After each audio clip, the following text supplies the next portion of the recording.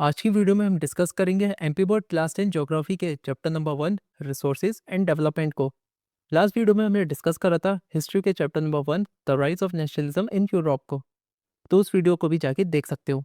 Chapter start करने से पहले क्लास 10 में कैसे तैयारी करना है और क्लास 10 में सभी सब्जेक्ट्स की मार्किंग स्कीम समझना है, तो वीडियोस का लिंक आपको डिस्क्रिप्शन और आई बटन में मिल जाएगा, आप जाके चेक कर सकते हो।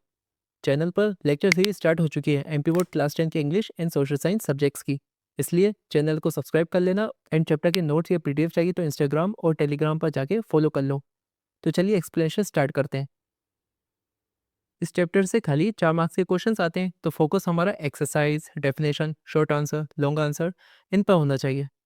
इस चैप्टर में बेसिकली ये समझाया है कि रिसोर्सेज यानी संसाधन का यूज करके कैसे डेवलपमेंट यानी विकास होता है। आप देख सकते हो अपनी स्क्रीन पे एक मैंने एक इमेज लगाई है। ये है अरब कंट्रीज की, okay. Saudi Arabia, Qatar, UAE, Bahrain, Iraq, ये सब अरब कंट्रीज में आते हैं। अगर अपन देखें अरब कंट्रीज, ऑयल मिलने से पहले कुछ ऐसी हुआ करती थी। वहीं ऑयल मिलने के बाद, तेल मिलने के बाद कुछ ऐसी हो गई। जो ऑयल है उसको ब्लैक गोल्ड भी कहते हैं, ठीक है, काला सोना। तो ऑयल मिलने से पहले इनकी जो ज़िंदगी थी कैसी थी, यहाँ झोपड़े बने हुए हैं, ठीक है, ऊँट पे घूमते हैं, खाने को खाना नहीं है, जो क्वालिटी ऑफ लाइफ है बहुत लो था। बट ऑयल मिलने के बाद इनकी किस्मत ही चमक जाती है, ओके, लक्ष्मी आ जाती है। बड़े-बड़े स्काई स्क्रैपर्स आ गए। पहले झोपड़े हुआ करते थे, अब स्काई स्क्रैपर्स आ गए। पहले ऊँट पे घूमते थे, अब बीएमडब्ल्यू में घूमते हैं, ओके। जो क्वालिटी ऑफ लाइफ है वो बहुत इम्प्रूव हो गया है। एजुकेशन बहुत अच्छी हो गई है, हेल्थ केयर बहुत अच्छा है, ठीक है। पूरे वर्ल्ड में इन्फ्लुएंस है, स्टैंडर्ड ऑफ लिविंग बहुत हाई हो चुकी है। ये सब काहे के लिए हुआ है? रिसोर्सेज की वजह से। जिन भी टॉपिक्स को हम डिस्कस करेंगे इस लेक्चर में, उसमें पहले हम जानेंगे रिसोर्सेज का मतलब क्या होता है। देन हम जानेंगे रिसोर्सेज के टाइप्स कितने होते हैं, रिसोर्सेज का इंपॉर्टेंस क्या महत्व होता है, सस्टेनेबल डेवलपमेंट और एजेंडा 21 क्या है ये जानेंगे। रिसोर्सेज का यूज़ करना है तो उसके लिए प्लानिंग क्यों ज़रूरी है। Land resources, soil resources, land और सॉइल को रिसोर्सेज की तरह कैसे यूज़ किया जाता है वो जानेंगे, और लास्ट में सॉइल के टाइप्स भी देखेंगे। अब खेला होगा, है ना। स्टार्ट करते हैं रिसोर्सेज की डेफिनेशन से। तो देखो भाई, सिंपल वर्ड्स में समझो, वो सारी चीज़ जिनका यूज़ करके हम हमारी ज़रूरत को पूरा करते हैं वो कहलाता है resources. Everything available in our environment, जो भी हमारे आसपास का माहौल होता है, जो भी हमारे आसपास का माहौल होता है उसे हम कहते हैं एनवायरनमेंट, ओके। जो भी आपके सराउंडिंग में, आपके आसपास एरिया, वो कहलाएगा आपका एनवायरनमेंट। तो हमारे आसपास के माहौल में, आसपास के एनवायरनमेंट में जो भी चीज़ें मौजूद हैं जिनका हम यूज़ करते हैं हमारी नीड्स को यानी इंसानों की ज़रूरतों को सेटिस्फाई करने के लिए, पूरा करने के लिए, वो कहलाएगा रिसोर्स। एग्जाम्पल, जिस लैपटॉप से आप ये वीडियो या मोबाइल से वीडियो देख रहा हो वो क्या है आपके लिए? रिसोर्स है। क्यों? क्योंकि आप उसका यूज़ करो अपनी ज़रूरत को पूरा करने के लिए। जो क्लोथ्स, जो कपड़ा आप पहने हो वो रिसोर्स है। जिस पेन से आप लिख रहे हो रिसोर्स है। जिस बुक पे आप लिख रहे हो रिसोर्स है। क्यों? क्योंकि वो आपकी ज़रूरत को पूरा कर रहा है। बट रिसोर्स होने के लिए कुछ कंडीशंस भी होती हैं। पहली, technologically accessible. Second, economically feasible. और थर्ड, कल्चरली एक्सेप्टेबल। एग्जाम्पल से समझते हैं। मान लेता हूँ एक ज़मीन है, उसके नीचे क्या है? गोल्ड, सोना है, ठीक है। अब मुझे सोने को निकालना है तो मेरे पास टेक्नोलॉजी होना चाहिए। भाई, उसके अंदर ज़मीन के अंदर खुदाई कर गई तो मेरी टेक्नोलॉजी होगी मेरे पास, तभी तो मैं ज़मीन के अंदर खुदाई कर पाऊंगा और सोना निकाल पाऊंगा। उसके लिए क्या चाहिए? मुझे बड़ी बड़ी क्रेन्स चाहिए, ठीक है। तो टेक्नोलॉजी होनी चाहिए मेरे पास टेक्नोलॉजी है। अब मैं देखूंगा इकोनॉमिकली फिजिबल है यानी कि भाई ज़मीन के नीचे जो गोल्ड है, मान लेता हूँ उसकी वैल्यू जो है 10 लाख रुपए है, ठीक है, 10 लाख है। और उसको निकालने में जो खर्चा आएगा वो आएगा 1 करोड़ का।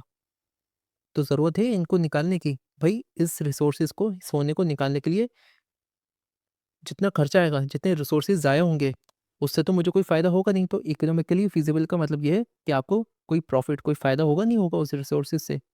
और थर्ड, कल्चरली एक्सेप्टेबल। जिस ज़मीन से मैं ये सोना निकालूंगा वहाँ पे जो रहने वाले लोग हैं उन्हें कोई दिक्कत तो नहीं होगी। कल्चरली एक्सेप्टेबल यानी किसी को दिक्कत ना हो, जो भी रिसोर्सेज आप एक्सट्रैक्ट कर रहे हो, okay.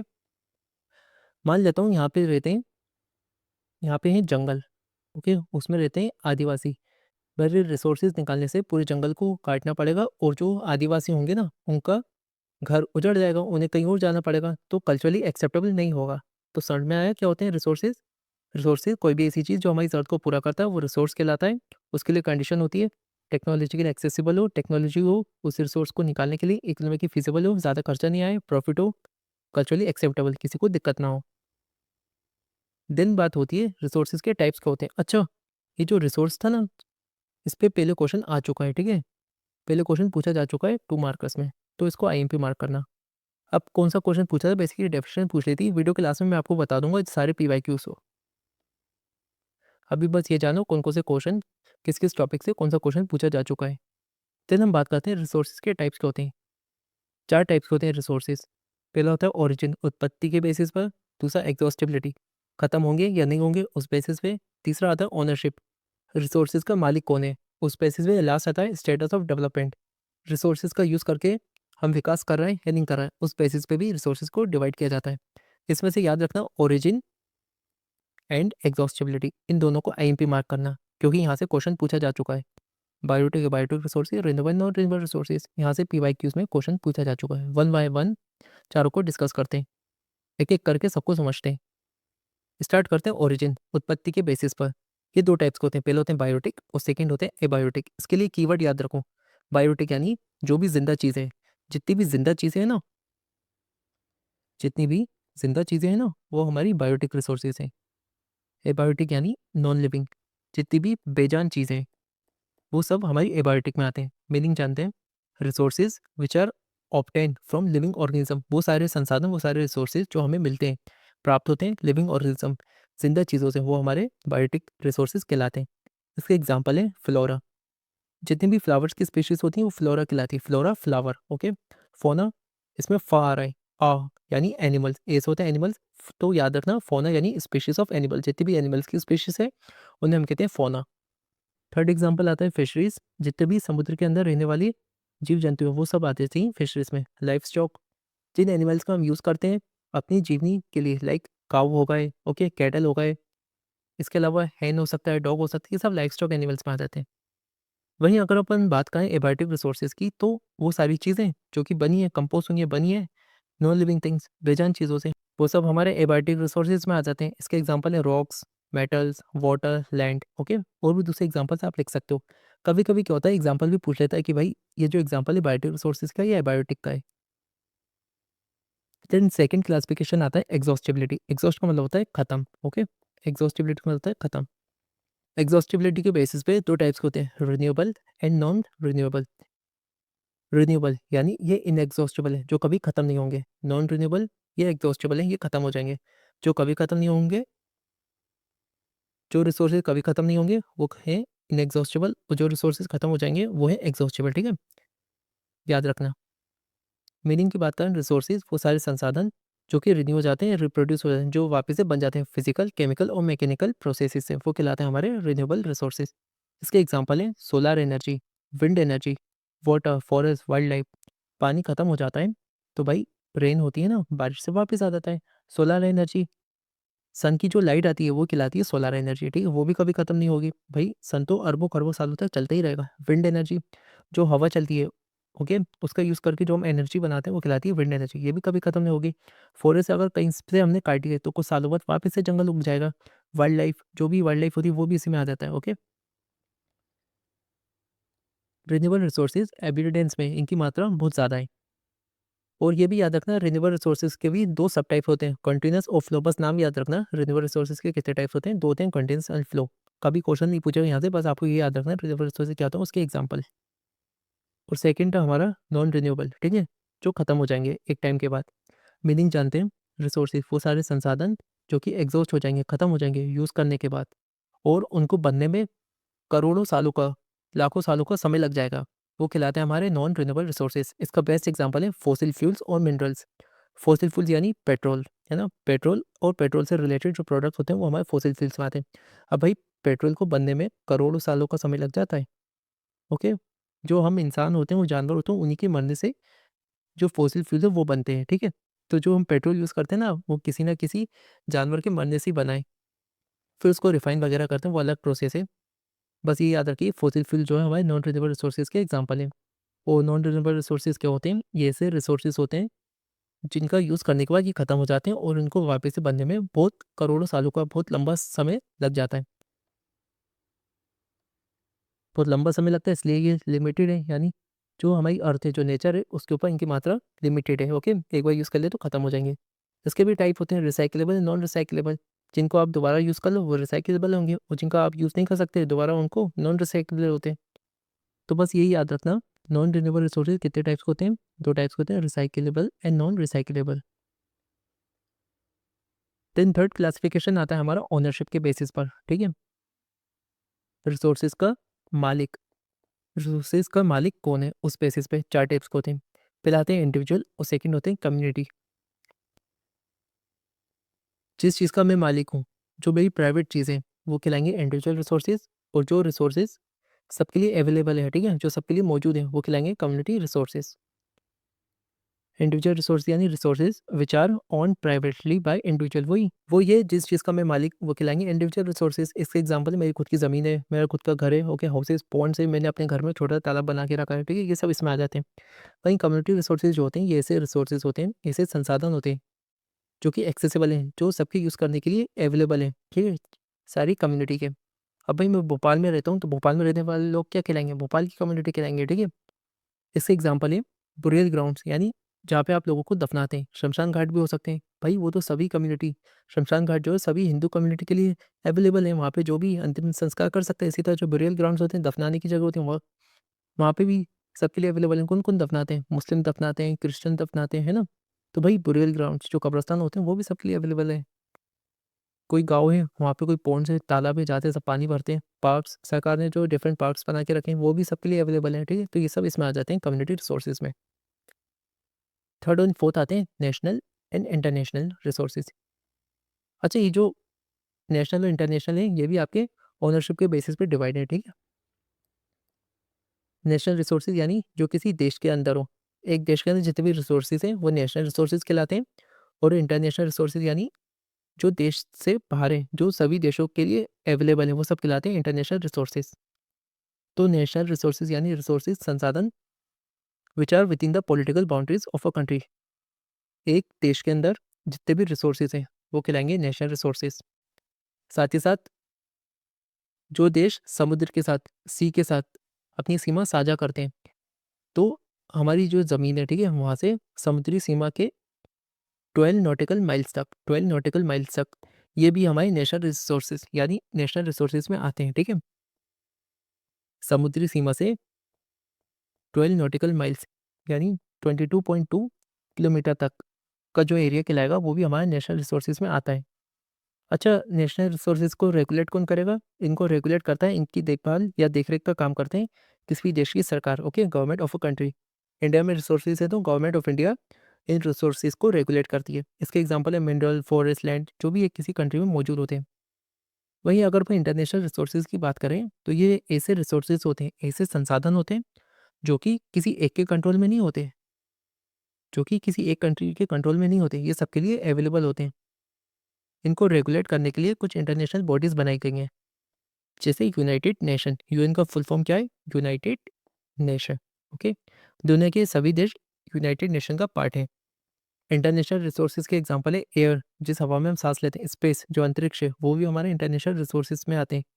Oceanic area beyond 200 nautical miles, एक कंट्री से 200 नॉटिकल माइल्स का बाद का जो एरिया होता है, वो कहलाता है हमारा इंटरनेशनल रिसोर्सेज। मान लेता हूँ ये मेरी, मान के देता हूँ है ही, ये मेरी कंट्री इंडिया है, ठीक है? तो हमारी सीमा से 200 नॉटिकल माइल्स के बाद का जो एरिया होगा ना, वो हमारा इंटरनेशनल रिसोर्सेज में आएगा। क्यों? क्योंकि 2000 नॉटिकल माइल्स के बाद ये एरिया स्टार्ट हो जाता है जहाँ का एरिया सभी यूज़ कर सकते हैं, ठीक है? तो क्या कहा मैंने? किसी भी देश से 200 नॉटिकल माइल्स के बाद का जो ओशियन होता है, जो समुद्री इलाका होता है, वो भी हमारा इंटरनेशनल रिसोर्सेज में आता है, ठीक है? क्योंकि इसका यूज़ सब करते हैं। एंड फोर्थ क्लासिफिकेशन होता है हमारा डेवलपमेंट के बेसिस पर, ठीक है? रिसोर्सेज का हम यूज़ कर रहे हैं या नहीं कर रहे हैं डेवलपमेंट के लिए। अच्छा, इसमें खाली आपको पोटेंशियल और डेवलप रिसोर्सेज याद रखने हैं, ठीक है? जो दूसरे सब टाइप्स है, वो आपको याद नहीं रखने, वहाँ से कभी क्वेश्चन ही नहीं पूछता। तो पोटेंशियल रिसोर्सेज यानी ऐसे रिसोर्सेज, यानी मान लेता हूँ एक किसी जगह, वहाँ पे मुझे पता है रिसोर्सेज है, ठीक है, बट मैं उसको यूज़ नहीं कर पा रहा। तो ऐसे रिसोर्सेज जो मुझे पता है किसी जगह पे मौजूद हैं, बट मैं उनका यूज़ नहीं कर पा रहा, वो कहलाएंगे पोटेंशियल रिसोर्सेज। और डेवलप रिसोर्सेज यानी मुझे पता है किसी जगह पे रिसोर्सेज हैं और मैं उसका यूज़ कर रहा हूँ डेवलपमेंट के लिए, ठीक है? तो वो कहलाएंगे डेवलप रिसोर्सेज। रिसोर्सेज का यूज़ कर रहा हूँ डेवलपमेंट के लिए, और डेवलप रिसोर्सेज, रिसोर्सेज का यूज़ नहीं कर पा रहा, वो कहलाएंगे पोटेंशियल रिसोर्सेज। पोटेंशियल रिसोर्सेज का मीनिंग जाने। तो ऐसे रिसोर्सेज, ऐसे संसाधन जो कि किसी रीजन में, किसी इलाके में मिलते हैं, बट हम उनको सही से यूज़ नहीं कर पा रहे। यूज़ क्यों नहीं कर पा रहे, उसके रीज़न हो सकते हैं लाइक टेक्नोलॉजी सही नहीं है, ओके, इन सब की वजह से हम यूज़ नहीं कर पा रहे हैं। एग्जांपल, जो गुजरात हमारा स्टेट है, वहाँ पे जो विंड एनर्जी है उसको हम सही से यूज़ नहीं कर पा रहे हैं। राजस्थान एरिया में सोलर एनर्जी बहुत है। राजस्थान क्या है, पूरा डेजर्ट एरिया है, ठीक है, तो डेजर्ट के अंदर जाहिर सी बात है सोलर एनर्जी बहुत मिलेगी, बहुत गर्म होते हैं। तो राजस्थान में हम सोलर एनर्जी सही से यूज़ नहीं कर पा रहे हैं। वहीं जो गुजरात है वहाँ पे विंड एनर्जी है, क्यों? क्योंकि जो गुजरात है वो समुद्र के पास का इलाका है, ओके, और विंड एनर्जी है उसका हम यूज़ नहीं कर पा रहे हैं। विंड एनर्जी का यूज़ कैसे करते हैं? विंड मिल्स लगा के। और सोलर एनर्जी का यूज़ कैसे करते हैं? सोलर पैनल्स लगा के, ठीक है। यहाँ तक वीडियो पसंद आ रही हो तो चैनल को सब्सक्राइब कर लेना, ठीक है, याद से। और सारे सोशल मीडिया प्लेटफॉर्म्स पर भी फॉलो करना। सोशल साइंस के 3 चैप्टर्स ऑलरेडी कंप्लीट हो चुके हैं, आप जाके चेक कर सकते हो, okay. History, civics and economics के। वहीं अपन बात करें डेवलप्ड रिसोर्सेज की, ये ऐसे रिसोर्सेज होते हैं जो कि हमें पता है किसी जगह पे मौजूद है, उसकी क्वालिटी कैसी है, क्वांटिटी, मात्रा कितनी है, ये भी हमें पता है, और हम उनका यूज़ कर रहे हैं यूटिलाइजेशन के, यानी विकास के लिए, ठीक है, डेवलपमेंट के लिए। इसके एग्जांपल है कोल, पेट्रोलियम, हाइड्रो इलेक्ट्रिसिटी, मिनरल, इन सब का हम यूज़ कर रहे हैं, ठीक है, विकास के लिए। तो ये इसके एग्जाम्पल हो जाते हैं। नेक्स्ट आता है रिसोर्सेज का इंपॉर्टेंस क्या होता है, ओके, इंपॉर्टेंस ऑफ रिसोर्सेज। अब देखो, जो रिसोर्सेज हैं, संसाधन है, ये ज़रूरी है, बहुत आवश्यक है हम ह्यूमंस के सर्वाइवल के लिए। रिसोर्सेज नहीं होंगे तो हम सर्वाइव कैसे कर पाएंगे? साथ ही साथ जो रिसोर्सेज होते हैं, हम ह्यूमंस की क्वालिटी ऑफ लाइफ, जो हमारे जीने का तरीका है, उसको मेंटेन रखते हैं। कैसे? भाई हम BMW चलाते हैं, बाइक चलाते हैं, ओके, R15 चला रहा हूँ, बहुत से आप में से बुलेट भी चलाते होंगे, अमीर बाप की औलाद। तो भाई रिसोर्सेज का यूज़ करके ही हमने हमारी क्वालिटी ऑफ लाइफ को मेंटेन रखा है। अब देखो प्रॉब्लम क्या आती है, लोग समझते हैं जो रिसोर्सेज हैं नेचर का फ्री गिफ्ट है। भाई ये तो खुदा का, ये तो भगवान का तोहफा है रिसोर्सेज। इसलिए कुछ लोग ये मानते हैं और रिसोर्सेज का हद से ज़्यादा यूज़ करने लगे, जिसकी वजह से हमें प्रॉब्लम देखने को मिली। क्या प्रॉब्लम देखने को मिली? पहली, रिसोर्सेज की कमी होने लगी है। अब देखो रिसोर्सेज का जो यूज़ करते हैं हम आम लोग तो बहुत छोटे लेवल पे करते हैं, बट जो बड़े बड़े इंडिविजुअल्स होते हैं, अरबपति होते हैं, लाइक अंबानी, अडानी, ओके, ये लोग क्या करते हैं, रिसोर्सेज का यूज़ बहुत बड़े लेवल पे करते हैं, जिसकी वजह से रिसोर्सेज की कमी होने लगती है इन लोग की लालच को पूरा करने के लिए।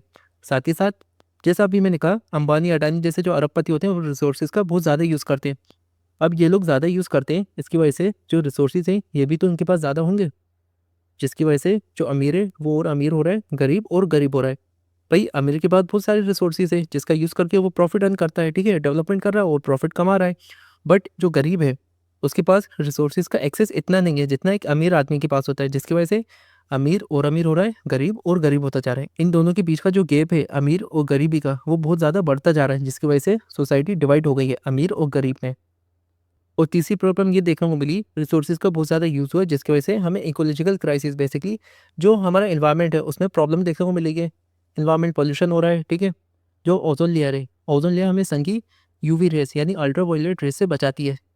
अब ओजोन लेयर में छेद होगा, जिसकी वजह से कुछ जो यूवी रेस होती हैं सन की, वो हमारी अर्थ के ऊपर आ जाती हैं, ठीक है। अब ये जो यूवी रेस है हम ह्यूमंस के लिए बहुत हानिकारक है। ग्लोबल वार्मिंग देखने को मिलेगी। फॉसिल फ्यूल्स का यूज़ करते हैं हम हमारी गाड़ियों में, ठीक है, हम हमारी गाड़ी के अंदर फॉसिल फ्यूल्स का यूज़ करते हैं, जिसकी वजह से जब पेट्रोल हमारी गाड़ी में जाता है और पेट्रोल से जब गाड़ी चलती है तो गाड़ी क्या छोड़ती है, CO2। CO2 जो है एक ग्रीन हाउस गैस है जो कि गर्मी को ट्रैप कर लेता है, ठीक है। अब ग्रीन हाउस गैसेस क्या होती है हम आगे डिस्कस करेंगे। अब गर्मी को ट्रैप कर लेते हैं, जिसकी वजह से जो अर्थ का तापमान है, टेम्परेचर, वो बढ़ता जा रहा है। इसी को हम कहते हैं ग्लोबल वार्मिंग, ठीक है। जब अर्थ का तापमान बहुत तेज़ी से बढ़ रहा हो उसी को हम कहते हैं ग्लोबल वार्मिंग। ग्लोबल यानी अर्थ और वार्मिंग यानी गर्मी, ठीक है। तो अर्थ का तापमान बढ़ता जा रहा है, डेट इज ग्लोबल वार्मिंग। अब भाई सॉल्यूशन क्या है? हमने प्रॉब्लम देखी, रिसोर्सेज का हद से ज़्यादा यूज़ हो रहा है, तो इसका सॉल्यूशन है sustainable development. Most important topic, इसको तो मिस कर ही मत देना। हर साल यहाँ से क्वेश्चन आता ही आता है, चाहे 1 मार्क्स में या फिर 2 मार्क्स में, आता ही आता है। सस्टेनेबल डेवलपमेंट से क्वेश्चन आता ही आता है, इसको स्किप बिल्कुल मत करना। अब सस्टेनेबल डेवलपमेंट होता क्या है, इसका मीनिंग समझो। रिसोर्सेज का यूज़ करना इस तरीके से करना कि भाई जो आने वाली जनरेशन है ना, अभी जेन ज़ी चल रही है, फिर उसके बाद जो दूसरी जनरेशन्स आएंगी वो भी इन रिसोर्सेज का यूज़ कर सके, ठीक है। तो सस्टेनेबल डेवलपमेंट का मीनिंग क्या होता है, सिंपल वर्ड्स में समझो, जो रिसोर्सेज हैं उनका यूज़ करना इस तरीके से करना कि भाई जो आने वाली जनरेशन है ना, हमारे बाद जो आने वाली पीढ़ी है, वो भी इन रिसोर्सेज का यूज़ कर सके। डेवलपमेंट यानी रिसोर्सेज का यूज़ करके डेवलपमेंट करना, इस तरीके से करना जिसकी वजह से जो आने वाली जनरेशन है, फ्यूचर जनरेशन है, उनकी ज़रूरतें भी पूरी हो सके इन रिसोर्सेज से, ठीक है, उनको कमी ना हो। अब सस्टेनेबल डेवलपमेंट के लिए जून 1992 में एक अर्थ समिट होती है ब्राज़ील के अंदर, ब्राज़ील की सिटी रियो डी जेनेरो में, ठीक है। अर्थ समिट हुई थी ब्राज़ील की सिटी रियो डी जेनेरो में, इसलिए इसको कहा गया रियो डी जेनेरो अर्थ समिट। इस समिट में सस्टेनेबल डेवलपमेंट की बात हुई। ये पहली इंटरनेशनल अर्थ समिट थी, यानी फर्स्ट समिट थी जिसके अंदर दुनिया भर के जो लीडर्स हैं, दुनिया भर में जितनी भी कंट्रीज हैं, उनके जो लीडर्स थे उन्होंने अटेंड करा था और यहाँ पर एजेंडा 21 को अडॉप्ट किया गया था। ओके, रियो डी जेनेरो अर्थ समिट कब हुई थी? ब्राज़ील में हुई थी, ब्राज़ील की सिटी रियो डी जेनेरो में, जून 1992 में। इसको भी मोस्ट आईएमपी मार्क करना, यहाँ से भी क्वेश्चन पूछा जा चुका है। अब एजेंडा 21 क्या होता है? देखो, एजेंडा 21 इसको ऐसे समझो, ये एक डॉक्यूमेंट था, ठीक है, ये एक डिक्लेरेशन था जिसको साइन करा था दुनिया भर के वर्ल्ड लीडर्स ने 1992 में। कहाँ पर? यूएनसीसीडी यानी United nation conference on environment and development में, ठीक है, बस इतना याद रखना। कहाँ पे हुआ था? बेसिकली जो सस्टेनेबल डेवलपमेंट का जो अर्थ समिट है ना हमारा, वहीं पे इसको एडॉप्ट किया गया था। कहाँ पर हुआ था? रियो डी जेनेरो ब्राज़ील में, ताकि जो ग्लोबल सस्टेनेबल डेवलपमेंट यानी पूरी अर्थ सस्टेनेबल डेवलपमेंट का जो गोल है उसको अचीव कर सके। साथ ही साथ यहाँ पे ये कहा गया, भाई देखो, सारी जो कंट्रीज हैं उनके लिए एक सस्टेनेबल डेवलपमेंट होगा जिसे सबको अचीव करना, ठीक है, अर्थ के लिए। और साथ ही साथ जो हर कंट्री होगी ना, वो अपना लोकल एजेंडा 21 बनाएगी, ठीक है। हर कंट्री अपना खुद का एजेंडा 21 बनाएगी। एक एजेंडा 21 पूरी अर्थ के लिए बनाया गया और एक एजेंडा 21 हर कंट्री अपनी कंट्री के लिए बनाएगी। सस्टेनेबल डेवलपमेंट देखिए, अब सस्टेनेबल डेवलपमेंट को अचीव करने के लिए हमें रिसोर्सेज की प्लानिंग करना ज़रूरी है। तो जो प्लानिंग होती है रिसोर्सेज की, ये एक वाइडली एक्सेप्टेड स्ट्रेटेजी, यानी सब मानते हैं हाँ भाई, रिसोर्सेज को अगर सही से यूज़ करना है, समझदारी से यूज़ करना है रिसोर्सेज का, उसके लिए प्लानिंग ज़रूरी है। स्पेशली विशाल कंट्रीज़ में, वास्ट मतलब होता है विशाल, विशाल कंट्रीज़ लाइक इंडिया में। अब इंडिया में क्या है? अब इंडिया में क्या है? देखो, इंडिया में 28 स्टेट्स हैं, ठीक है, एंड 7 यूनियन टेरिटरीज है। अब इन सारी स्टेट्स में क्या प्रॉब्लम है? कुछ स्टेट्स के पास रिसोर्सेज बहुत हैं, बट कुछ स्टेट के पास रिसोर्सेज की कमी है। जिस स्टेट के पास एक रिसोर्स है, दूसरे स्टेट के पास वो रिसोर्स नहीं है, ठीक है, एंड वाइस वर्सा। तो एग्जांपल हम देखते हैं, जैसे छत्तीसगढ़, झारखंड और मध्य प्रदेश जैसे स्टेट्स हो गए, यहाँ पे मिनरल्स और कोल डिपॉजिट बहुत देखने को मिलते हैं, कोयले की बहुत खदानें हैं यहाँ पे, ठीक है। वहीं अगर अपन अरुणाचल प्रदेश की बात करें तो यहाँ पे वाटर रिसोर्स यानी पानी बहुत है, बट इंफ्रास्ट्रक्चर की कमी है। इंफ्रास्ट्रक्चर क्या होता है? जो रोड्स और बड़ी बड़ी बिल्डिंग्स होती है ना, ये आता है इंफ्रास्ट्रक्चर में। अच्छा, अरुणाचल प्रदेश में क्या है? पहाड़ी इलाका बहुत है, ठीक है, यहाँ पे पहाड़ी बहुत है, पहाड़ी इलाका है अरुणाचल प्रदेश, इस वजह से यहाँ पे इंफ्रास्ट्रक्चर सही से हम कंस्ट्रक्ट नहीं कर पाए। वहीं अगर अपन बात करें राजस्थान की, तो जैसा अभी हमने बात करी थी, राजस्थान में सोलर एनर्जी और विंड एनर्जी तो बहुत है, बट यहाँ पे पानी की कमी है, वाटर रिसोर्सेज नहीं है। इसी तरह लद्दाख में वाटर, मिनरल्स और इंफ्रास्ट्रक्चर की कमी है, बट यहाँ का जो कल्चर है, लद्दाख का जो कल्चर है, वो बहुत अच्छा है, ठीक है। तो इससे आपको एक आइडिया होगा कि एक विशाल कंट्री जैसे इंडिया के अंदर, ठीक है, रिसोर्सेज बहुत है हमारे पास, बट अनइवनली डिस्ट्रीब्यूट है। किसी के पास बहुत ज़्यादा रिसोर्सेज हैं, किसी स्टेट के पास बहुत ज़्यादा रिसोर्सेज है, और कुछ स्टेट के पास बहुत कम रिसोर्सेज हैं। इसके एग्जाम्पल भी बता दिए मैंने। अब हमने ये तो देख लिया, जो रिसोर्सेज है उनकी प्लानिंग करना ज़रूरी है, बट रिसोर्सेज की प्लानिंग कैसे करी जाती है, चाहे हम इंडिया की बात करें या किसी दूसरी कंट्री की बात करें। रिसोर्सेज की प्लानिंग करना है तो 3 तरीक़ों से करी जाती है। पहला तरीका होता है, मतलब फर्स्ट स्टेप होता है identification and inventory of resources. इसमें हम क्या करते हैं? इसमें बेसिकली हम पता करते हैं कि भाई किस जगह पर रिसोर्सेज हैं, ठीक है, रिसोर्सेज किस जगह के ऊपर है। इसके लिए हम सर्वे करेंगे, उस जगह का मैप बनाएंगे कि भाई किस जगह पर कितने रिसोर्सेज हैं, उनकी क्वांटिटी कितनी है, कितनी मात्रा में, और क्वालिटी कैसी है, ठीक है। देन सेकंड स्टेप में हम देखेंगे प्लानिंग स्ट्रक्चर। अब हमें रिसोर्सेज पता है इस जगह के ऊपर है, अब हमें रिसोर्सेज को निकालने के लिए क्या चाहिए? टेक्नोलॉजी चाहिए। हो सकता है बड़ी बड़ी क्रेन्स यहाँ पे मंगाई जाए, ठीक है, खुदाई करने के लिए। अब जब हमने क्रेन्स मंगाई तो उसके लिए स्किल्स भी तो चाहिए, यानी उन क्रेन को चलाने के लिए चाहिए, तो स्किल्स चाहिए होगी। और ये सारा काम कौन करते हैं? बड़े बड़े संगठन, ओके, बड़े बड़े इंस्टीट्यूशन। आप और हम जैसे आम लोग तो कर नहीं सकते ये। हाँ, हम जैसे लोग जो ये स्किल्स होते हैं ना, मीन्स जो टेक्नोलॉजी होती है उसका तो यूज़ कर सकते हैं, बट ये काम करवाएगा कौन? ये इसके लिए बड़े बड़े इंस्टीट्यूशन होते हैं, ठीक है, बड़ी बड़ी संस्थाएं होती हैं जिनके पास पैसा होता है रिसोर्सेज को किसी जगह से बाहर निकालने के लिए। और थर्ड स्टेप में हम देखेंगे matching with national plan. Basically जो हमने रिसोर्सेज निकाले हैं ना किसी जगह से, उसको हम यूज़ करेंगे डेवलपमेंट के लिए और कोशिश करेंगे जो रिसोर्सेज हैं वो सबको इक्वली मिले, ठीक है। ऐसा ना हो रिसोर्सेज कुछ लोगों के पास रह जाए, नहीं, पूरे देश को रिसोर्सेज का लाभ मिले। नेक्स्ट हम देखते हैं जो रिसोर्सेज होते हैं, जो संसाधन होते हैं, उन्हें बचाया कैसे जाता है। रिसोर्स कंजर्वेशन एक बहुत इंपॉर्टेंट कंडीशन है किसी भी रीजन के डेवलपमेंट, किसी भी रीजन के विकास के लिए। देखो प्रॉब्लम क्या आती है, रिसोर्सेज का बहुत ज़्यादा यूज़ हो रहा है, ठीक है, और हद से ज़्यादा यूज़ हो रहा है, जिसकी वजह से सोशल, इकोनॉमिक और इन्वायरमेंटल प्रॉब्लम्स हमें देखने को मिलती है। इन्वायरमेंटल प्रॉब्लम कोई पॉल्यूशन वगैरह हो रहा है, ठीक है। इकोनॉमिक प्रॉब्लम भी देखने को मिलती है, जैसे जो हमारे फॉरेस्ट वगैरह होते हैं उसको काट दिया जाता है। सोशल प्रॉब्लम, फॉरेस्ट को काटा तो वहाँ के जो लोग हैं, जो आदिवासी होते हैं, उन्हें एक अपना घर छोड़ के जाना पड़ता है, तो इसकी वजह से बहुत सारी प्रॉब्लम देखने को मिलती हैं। अब रिसोर्स कंजर्वेशन के लिए क्या क्या एफर्ट्स लगाए गए हैं, जैसे गांधी जी ने कहा है, गांधी जी कहते हैं भाई सबकी ज़रूरतों के लिए हमारे पास काफ़ी रिसोर्सेज हैं, जो रिसोर्सेज हैं वो इनफ हैं सबकी ज़रूरतों के लिए, बट किसी एक के लालच के लिए ये रिसोर्सेज काफ़ी नहीं है। समझ रहे हो, किसी एक की ज़रूरत के लिए ये रिसोर्सेज काफ़ी नहीं है, यानी जो लालची आदमी है उसके लिए रिसोर्सेज कभी काफ़ी नहीं हो सकते, वो कभी सेटिस्फाई नहीं हो सकता है, ठीक है। गांधी जी का ऐसा कहना है। वहीं 1968 में क्लब ऑफ रोम होता है, ठीक है। क्लब ऑफ रोम एक आयोजन था जिसमें रिसोर्सेज कंजर्वेशन की बात करी गई थी पहली बार। 1974 में एक शख्स होते हैं स्क्रू मैचर, इसकी स्पेलिंग देख लेना क्या है, ओके। स्क्रू मैचर, इन्होंने एक बुक लिखी थी, इसका नाम था स्मॉल एंड ब्यूटीफुल। 1987 में ब्रुटलैंड कमीशन होता है, ठीक है, जो कि सस्टेनेबल डेवलपमेंट से रिलेटेड था। और वहीं 1992 में रियो डी अर्थ समिट हुआ था, जिसने एजेंडा 21 को एडॉप्ट किया गया था, ठीक है। यहीं पर सस्टेनेबल डेवलपमेंट की बात हुई थी, ठीक है। इसमें से क्लब ऑफ रोम वाला और रियो डी अर्थ समिट वाला, यहाँ से आपके क्लब ऑफ रोम और रियो डी अर्थ समिट से क्वेश्चन पूछे जा चुके हैं, ठीक है, तो स्किप मत करना। अब आप कह रहे हो सर आप तो इस चैप्टर के अंदर हर चीज़ इंपॉर्टेंट बता रहे हो, अब भाई मैं क्या करूँ, ये पूरा चैप्टर है ना इंपॉर्टेंट ही है, इसको तो आपको अच्छे से करना ही पड़ेगा, ठीक है। ये पूरा चैप्टर ही मोस्ट इंपॉर्टेंट है क्योंकि इसके अंदर हर टॉपिक से क्वेश्चन आ चुके हैं, ठीक है। नेक्स्ट आता है लैंड रिसोर्सेज, हम ज़मीन का कैसे यूज़ करते हैं एज अ संसाधन। देखो जितने भी मोस्ट इंपॉर्टेंट नेचुरल रिसोर्सेज हैं, लाइक वाटर हो गया, ठीक है, एयर हो गई, हवा हो गया, फूड हो गए, उनमें से जो लैंड है वो भी एक इम्पॉर्टेंट रिसोर्सेज है। इसका हम यूज़ करते हैं, इस्तेमाल करते हैं नेचुरल वेजिटेशन के लिए। जितने भी आप जंगल देखते हो, घास के मैदान देखते हो, ओके, वो सब लैंड पे ही बनते हैं। अब भाई जंगल होंगे तो वहाँ पे वाइल्ड लाइफ, जंगली जानवर भी तो होंगे। यहाँ तक कि हम जो ह्यूमन्स हैं, हम इंसानों ने अपने लिए सिटीज़ बनाएंगे, कहाँ पर बनाएंगे भाई, हमने शेर वगैरह ये सब कहाँ बनाए, ज़मीन के ऊपर ही तो बनाए।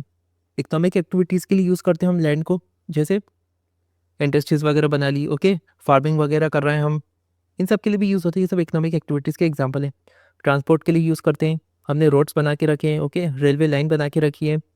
कम्युनिकेशन के लिए यूज़ करते हैं, कम्युनिकेशन से कैसे यूज़ करते हैं भाई, हमने मोबाइल के टावर्स बना के रखे हुए हैं। यहाँ तक कि आपने देखा होगा जो आपके घर में इंटरनेट यूज़ होता है ना, वो किसके थ्रू आता है, केबल्स के थ्रू आता है। जो इंटरनेट केबल के थ्रू आता है वो भी तो भाई कम्युनिकेशन का ही काम कर रहा है, एक तरीके से कर रहा है, नहीं कर रहा है। टेलीफोन की लाइन जो जो डली हुई है ना, ये भी कम्युनिकेशन का काम कर रहा है। तो लैंड रिसोर्सेज के बहुत सारे यूजेस होते हैं। अब जितनी भी हमारे पास ज़मीन है, जितनी भी लैंड है, हम मान लेते हैं हमारे पास 100% है। दुनिया में जितनी भी ज़मीन है, जितनी भी लैंड है, वो 100% है। अब जो लैंड है उसका कितना परसेंट किस चीज़ के लिए यूज़ होता है वो यहाँ पे बताया गया है। जैसे 27% जो एरिया है लैंड का वो प्लेट्यूज से बना हुआ है। प्लेट्यूज क्या होते हैं, सिंपल सा, कोई भी आपको स्ट्रक्चर ऐसा दिखेगा वो प्लेट्यू होता है, ठीक है। ये एकदम से बहुत बड़ी हाइट के होते हैं और ऊपर से एकदम प्लेन होते हैं, पतले होते हैं, ठीक है, मतलब एकदम फ्लैट होते हैं ऊपर से, और नीचे से बहुत हाइट के होते हैं, इसी को कहते हैं प्लेट्यू। तो मैंने कहा दुनिया में 27% मीन्स जो 100% लैंड है उसमें से 27% एरिया हमारा प्लेट्यू का है, ओके, प्लेट्यू का है। वहीं 30% एरिया केस में माउंटेन्स में, ठीक है, पहाड़ जो होते हैं। और वर्ल्ड की 100% लैंड में से 43% है प्लेन्स, ओके। इन तीनों को याद रखना। आपका पहले क्वेश्चन पूछा जा चुका है कितना एरिया जो वर्ल्ड में जो टोटल लैंड एरिया उसमें से कितना परसेंट प्लेन्स में आता है, ठीक है। प्लेन्स क्या होते हैं, जो भी ज़मीन एकदम सीधी है, ठीक है, एकदम फ्लैट लैंड जो होती है, जो ज़मीन सीधी होती है वही कहलाती है प्लेन्स। प्लेट्यू मैंने बता दिया कुछ इस टाइप का रहता है, ठीक है, प्लेट्यू। और माउंटेन्स होती हैं पहाड़। दिन बात आती है, हमने देख लिया भाई लैंड रिसोर्सेज का यूज़ करते हैं, बट लैंड को हम यूटिलाइज किन किन कामों के लिए करते हैं। देखो लैंड को हम यूटिलाइज करते हैं, यूज़ करते हैं इन सारे कामों के लिए। पहले तो जंगल है हमारे, बहुत सारी लैंड पे हो गए, फॉरेस्ट होगा, ग्रासलैंड होगा, ये सब आ जाते हैं। दूसरा जो लैंड है, कई सारी ऐसी भी ज़मीन है जो बैरियर और वेस्टलैंड यानी बेकार है, उस ज़मीन पे हम कुछ नहीं कर सकते। क्यों नहीं कर सकते भाई? उस ज़मीन के ऊपर बहुत सारे रॉक्स होते हैं, ठीक है? रॉकी एरिया होते हैं, चट्टानें होती हैं, जो बहुत गर्म इलाके होते हैं, ठीक है? जैसे अरब का एरिया होगा, ठीक है? जो अरब कंट्रीज़ है वहाँ का एरिया अगर अपन देखेंगे, या फिर हमारे इंडिया का जो राजस्थान हम देखेंगे, वो बहुत गर्म इलाका है, जिसकी वजह से वहाँ पे जो ज़मीन होती है ना, बहुत सूखी हुई है। बहुत गर्म इलाका है तो सूखी हुई, जिसकी वजह से वहाँ पे डेज़र्ट्स बने हुए हैं, वहाँ पे भी हम कुछ नहीं कर सकते।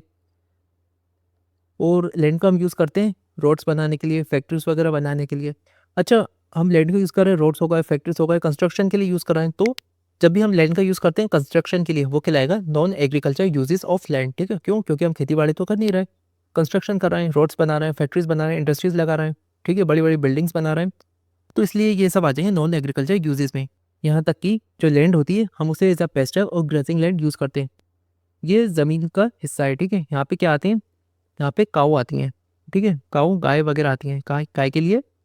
घास खाने के लिए, ठीक है? तो ऐसी जगह, ऐसी ज़मीन का हिस्सा या ऐसी ज़मीन जहाँ पर जानवर आते हैं, ठीक है? चरने के लिए, ग्रेज़िंग करने के लिए, वो कहलाती है हमारी ग्रेज़िंग लैंड या फिर परमानेंट पेस्चर लैंड। फैलो लैंड्स क्या होती है भाई? देखो, मैंने किसी ज़मीन के हिस्से पे खेती-बाड़ी करी है, ठीक है? अब ज़ाहिर-सी बात है, जब मैं ज़मीन पे खेती-बाड़ी करता हूँ, तो ज़मीन के जो न्यूट्रिएंट्स होते हैं, ठीक है? ज़मीन के जो न्यूट्रिएंट्स होते हैं, वो कम हो जाते हैं। अब ये जो ज़मीन है, अपने न्यूट्रिएंट्स को वापस से गेन कर सके, इसके लिए कुछ टाइम तक, कुछ सालों के लिए, जैसे 1 साल, 2 साल या 3 साल, ठीक है? वो डिपेंड करता है ज़मीन की क्वालिटी कैसी है, उसको खाली छोड़ दिया जाता है, ताकि जिस ज़मीन पे अपन ने खेती करी थी, उस ज़मीन के जो न्यूट्रिएंट्स हैं, वो वापस से उस ज़मीन में आ जाएँ, ओके? इसके अलावा लैंड का हम यूज़ करते हैं नेट ज़ोन एरिया के लिए, इसको आईएमपी मार्क करना। अब बात करते हैं नेट ज़ोन एरिया होता क्या है? देखो, ऐसी ज़मीन जिसके ऊपर मैं क्रॉप्स, फसल उगाता हूँ और उसको हार्वेस्ट करता हूँ, ठीक है? वो कहलाता है नेट ज़ोन एरिया। सिंपल याद रखो, ऐसी ज़मीन जिस पे मैं क्रॉप्स ग्रो कर रहा हूँ और उसको हार्वेस्ट करता हूँ, ठीक है? काटता भी हूँ, फसल को उगाता हूँ, उसको काटता भी हूँ, ठीक है? वो ज़मीन कहलाएगी, वो एरिया कहलाएगा नेट ज़ोन एरिया। अच्छा, ये जो नेट ज़ोन एरिया होता है ना, ये हर जगह अलग होता है। हमारे पास पंजाब और हरियाणा जैसे जो स्टेट्स हैं, वहाँ पे नेट ज़ोन एरिया 80% से ऊपर है, यानी जितना भी एरिया है ना पंजाब का या हरियाणा का, वहाँ पर 80% से ज़्यादा ज़मीन के ऊपर क्रॉप्स को यानी फसल को उगाया जाता है। वहीं कुछ स्टेट्स लाइक अरुणाचल प्रदेश हो गया, मध्य प्रदेश, मिज़ोरम, मणिपुर, अंडमान एंड निकोबार आइलैंड्स, यहाँ पे जो 100% लैंड है, टोटल जो लैंड एरिया है, वहाँ पे 10% से भी कम एरिया पे क्रॉप्स को उगाया जाता है, ठीक है? तो नेट ज़ोन एरिया क्या होता है? ऐसी ज़मीन जहाँ पे क्रॉप्स को उगाया जाता है और हार्वेस्ट किया जाता है, वो कहलाता है net zone area. Punjab Haryana में 80% से ज़्यादा है। वहीं कुछ स्टेट जैसे एमपी हो गया, ठीक है, मणिपुर हो गया, यहाँ पे 10% से भी कम है, यानी बहुत कम एरिया पे यहाँ पे कल्टीवेशन यानी फसल को उगाया जाता है ज़मीन के ऊपर।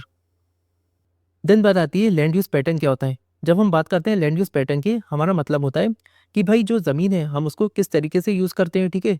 और अलग-अलग तरीके से हमने उसको डिवाइड करके रखा है डिफरेंट पर्पसेस के लिए, ठीक है? ज़मीन का यूज़ हम जिस तरीके से कर रहे हैं, उस बेसिस पे लैंड यूज़ पैटर्न आता है। क्या कहा मैंने? लैंड यूज़ पैटर्न का मतलब होता है हम ज़मीन को किस तरीके से डिवाइड करते हैं अलग-अलग काम के लिए। हमने देखा होगा कुछ ज़मीन पे क्या है, सिटीज़ बनी हुई है, ठीक है? घर बने हुए। कुछ ऐसी भी ज़मीन होती है जहाँ पे क्रॉप्स को उगाया जाता है। कुछ ऐसी ज़मीन है जहाँ पे एयरपोर्ट बना हुआ है, ठीक है? तो पर्पज़ के बेसिस पे हमने लैंड को डिवाइड करके रखा हुआ है।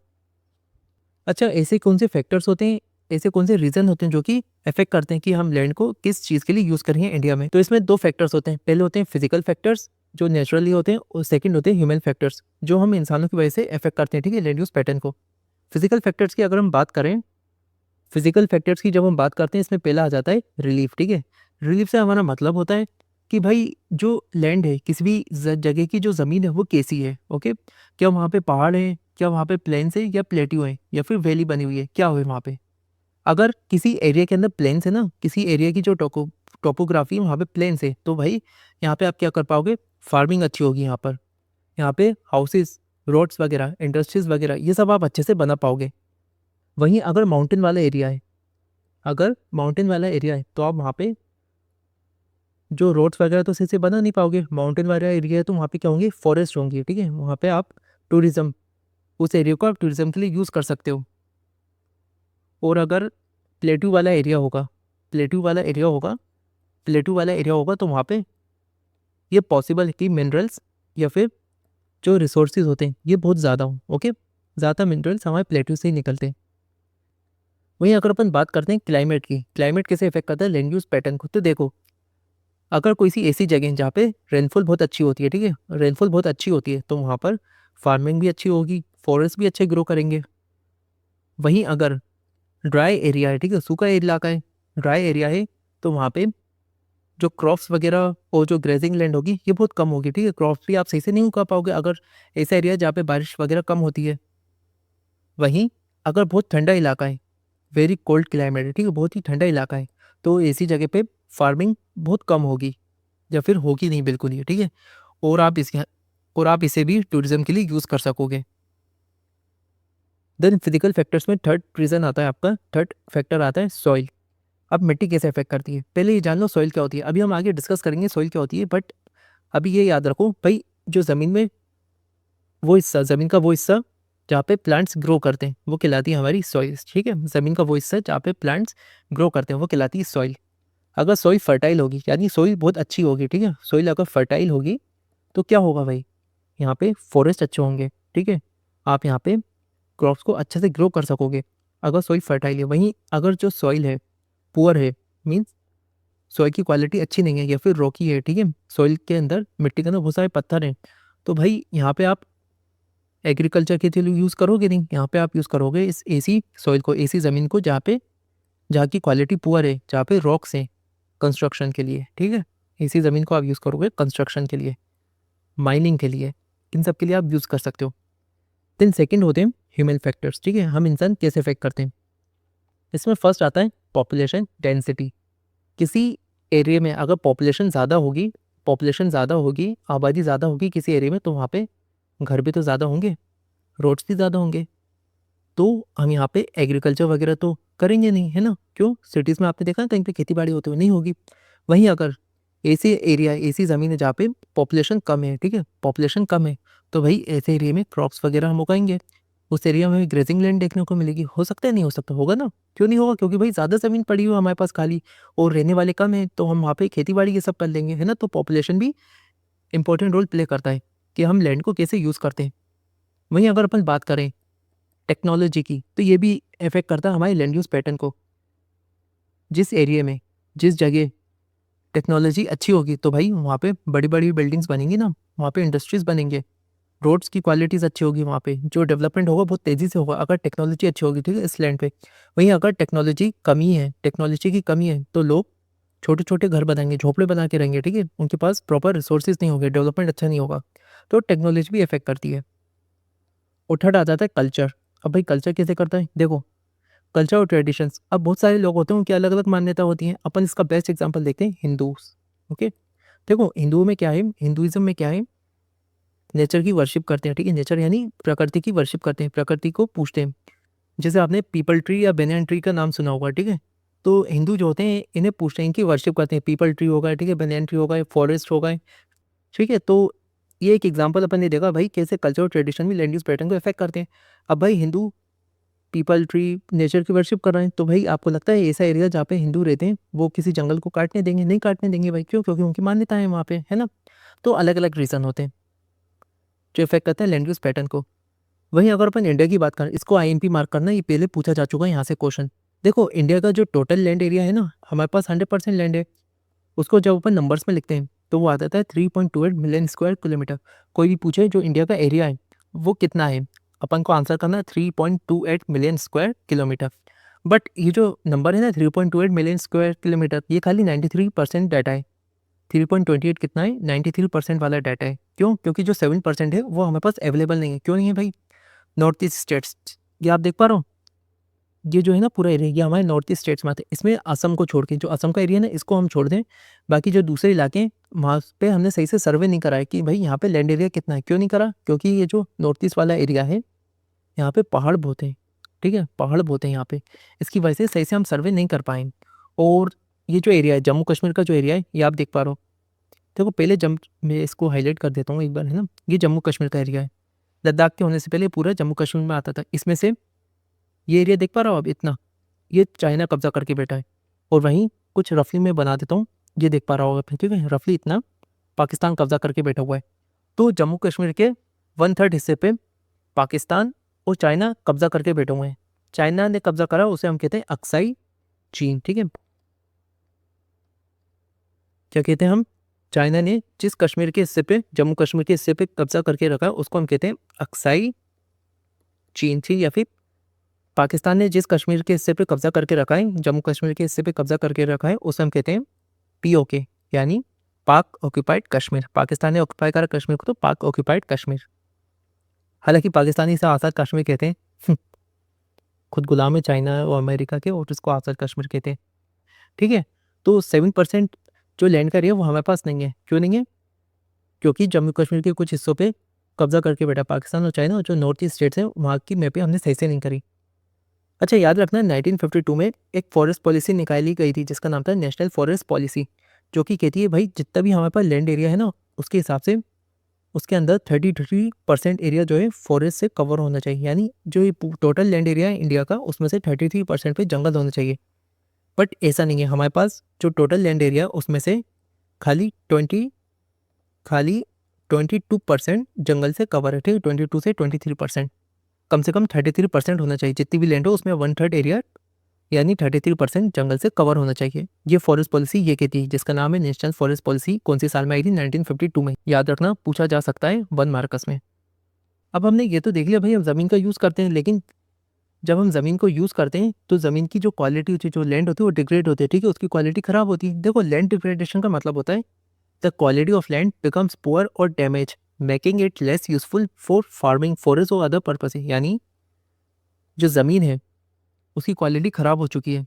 ठीक है, जिसकी वजह से उसके ऊपर फार्मिंग, फॉरेस्ट वगैरह ये सब सही से नहीं हो पाएंगे। बेसिकली बंजर हो गई है ज़मीन। ये आप देख सकते हो, एग्जाम्पल है। ठीक है, लैंड डिग्रेडेशन का देख पा रहा हूँ, ये जंगल पूरे सूख गए हैं यहाँ पे, है ना।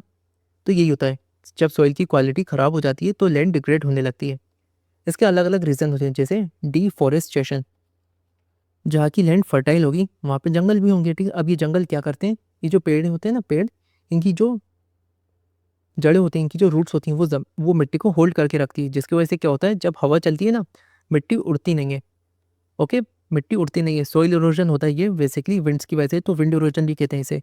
अभी ये सब क्या होता है, विंड इरोजन, सॉइल इरोजन, अभी नेक्स्ट पार्ट में हम डिस्कस करेंगे। ठीक है, नेक्स्ट टॉपिक में जो सॉइल वाला रिसोर्सेज वाला है, सॉइल रिसोर्सेज वाला जो टॉपिक है उसमें हम देखेंगे सॉइल इरोजन क्या होता है।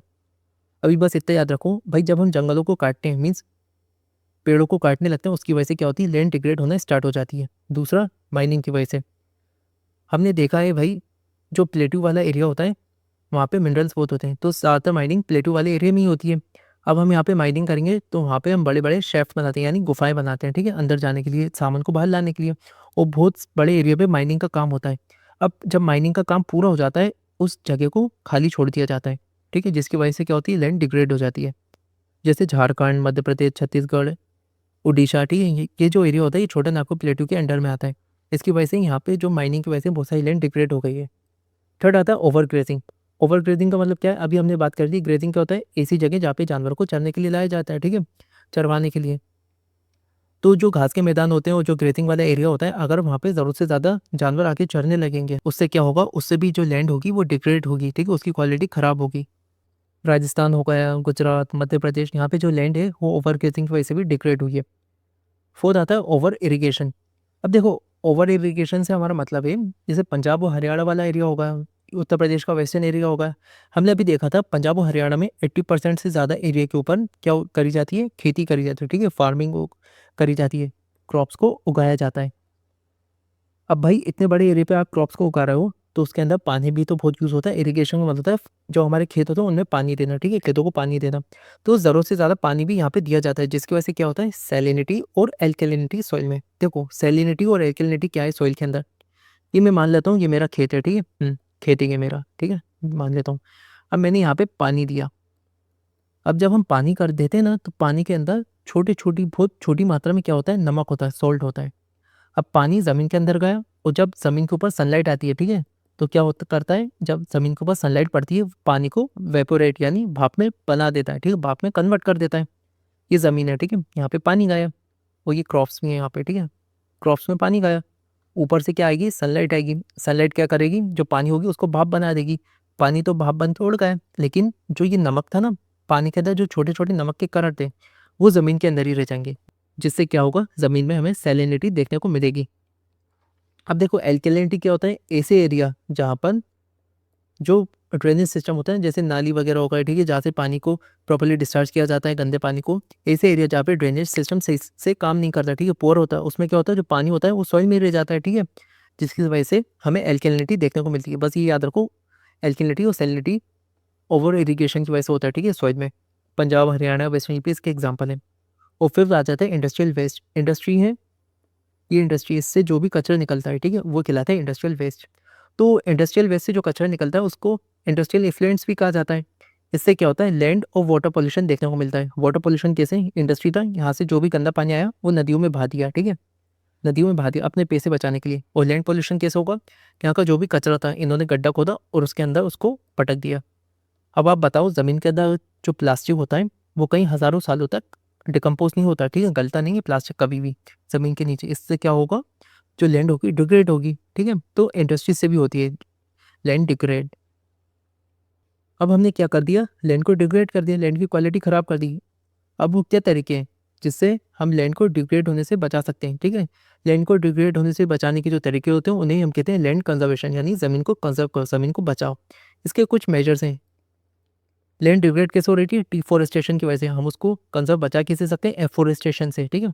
एफोरेस्टेशन का मतलब होता है planting, planting more and more trees, ठीक है, सिंपल। डिफोरेस्टेशन, प्लांटिंग की जगह क्या कर दो, कटिंग कर दो, ठीक है, cutting more and more trees, simple. तो ज़्यादा से ज़्यादा हम पेड़ लगाएंगे, उससे भी हमारी जो लैंड है वो कंजर्व होगी। सेकेंड, जो ग्रेजिंग लैंड होगा, वो वेस्ट लैंड होगा, उनको सही से मैनेज करना है, ठीक है। हमें ये ध्यान रखना है कि भाई ज़रूरत से ज़्यादा जो चरने की जगह होती है, ठीक है, जहाँ पे एनिमल्स ग्रेज करने आते हैं, चरने के लिए आते हैं, वो ज़रूरत से ज़्यादा ना हो।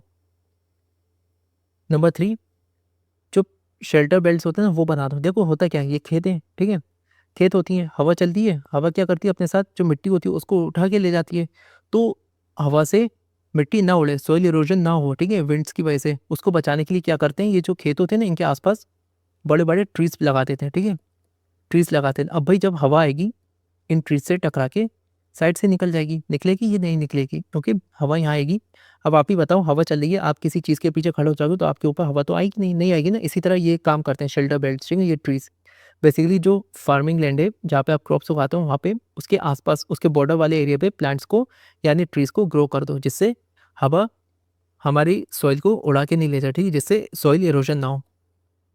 वही अभी मैंने बात करी, फोर्थ आ जाएगा वही ग्रेजिंग लैंड को कंट्रोल करना। जो सूखे एरियाज़ होते हैं, ओके, जो सूखी ज़मीन वाले इलाके होते हैं, एरिड एरियाज़ होते हैं, वहाँ पे जो सैंड ड्यून्स होते हैं ना, अब ये वाले पॉइंट को यार रहने देना, ठीक है। अब मैं समझाने बैठूँगा तो लंबी हो जाएगी, बस ये याद रखना कि जो एरिड एरियाज़ होते हैं वहाँ पे जो सैंड ड्यून्स होते हैं ना उन्हें हम स्टेबलाइज़ कर सकते हैं कैसे, थॉर्नी बुशेस को लगा के। एरिड एरियाज़ में सैंड ड्यून्स को हम बचा सकते हैं थॉर्नी बुशेस को लगा के, ओके। इस पॉइंट को मत करना यार, क्योंकि अगर मैं इसको समझाने बैठूँगा तो एक और टॉपिक खुल जाएगा, ठीक है, डेज़र्ट का। वो मैं नहीं चाहता कि बताऊँ यहाँ पे, बहुत लंबा हो जाएगा, तो इंपॉर्टेंट भी नहीं है। बस इसमें से 4 पॉइंट्स जो आपको सही लगे वो याद कर लेना, ठीक है। क्यों, क्योंकि इस चैप्टर से 4 मार्क्स का क्वेश्चन आता है। कभी पूछ ले लैंड कंजर्वेशन के मेजर्स क्या होते हैं 4 मार्क्स में, तो आपको 4 पॉइंट्स पता हो। एफोरेस्टेशन वाला ले लेना, ठीक है, ग्रेजिंग और वेस्टलैंड को कंजर्व करना, शेल्टर बेल्ट्स लगा देना, और माइनिंग एक्टिविटीज़ हो गई, इन ये वाले ले लेना, ठीक है। 6 पॉइंट आता है हमारा माइनिंग एक्टिविटीज़ को कंट्रोल करना। और 7th आता है जो भी इंडस्ट्री से निकला वो कचरा होता है, ठीक है, कचरा होता है, उसको सही से डिस्चार्ज करना और डिस्पोज करना।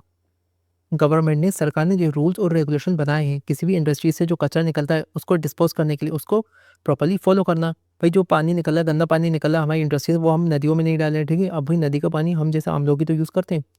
इंडस्ट्री वाले अपना 1000 रुपये का खर्चा बचाने के लिए पब्लिक का लाखों का नुकसान करवा देते हैं, ठीक है। तो ये कुछ तरीके हैं जिससे आप लैंड को, ज़मीन को कंजर्व कर सकते हो, ठीक है, ज़मीन को बचा सकते हो डिग्रेड होने से, ठीक है, ख़राब होने से। एंड लास्ट में आता है हमारा सॉइल रिसोर्स। हमने लैंड को देख लिया, हम लैंड को एज अ रिसोर्स कैसे यूज़ करते हैं। अब हम देखते हैं सॉइल को, ओके। अच्छा, सॉइल का मतलब क्या होता है। सॉइल का सिंपल मीनिंग होता है ज़मीन का वो हिस्सा जहाँ पर प्लांट्स ग्रो करते हैं। मैंने क्या कहा, सॉइल का मीनिंग होता है soil is that part of land where plants grow, okay. ज़मीन का वो हिस्सा जहाँ पे प्लांट्स ग्रो करते हैं उसे हम कहते हैं सॉइल। देखो, जिस तरह लैंड को हम इंपॉर्टेंट रिसोर्स मानते हैं उसी तरह सॉइल को भी एक बहुत इंपॉर्टेंट रिसोर्स माना जाता है। कौन सा रिसोर्स, रिन्यूएबल रिसोर्स। क्यों? क्योंकि इसको हम बार बार यूज़ कर सकते हैं।